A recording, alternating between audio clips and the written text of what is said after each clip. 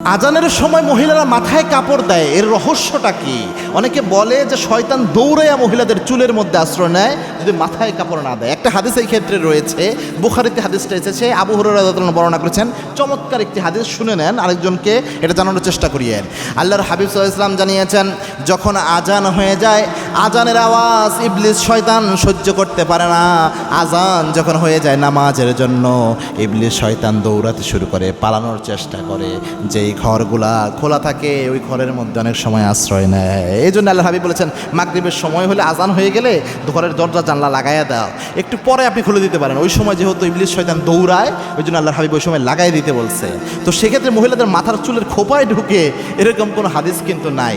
তবে এই ক্ষেত্রে যে নারীরা এমনিই হয়তো একটু অসতর্ক ছিল, কিন্তু আজানের কারণে মাথায় কাপড় দেয়, এটা একটা আদব থেকে করে, যে আল্লাহর নাম উচ্চারিত হচ্ছে, একটা আদব থেকে।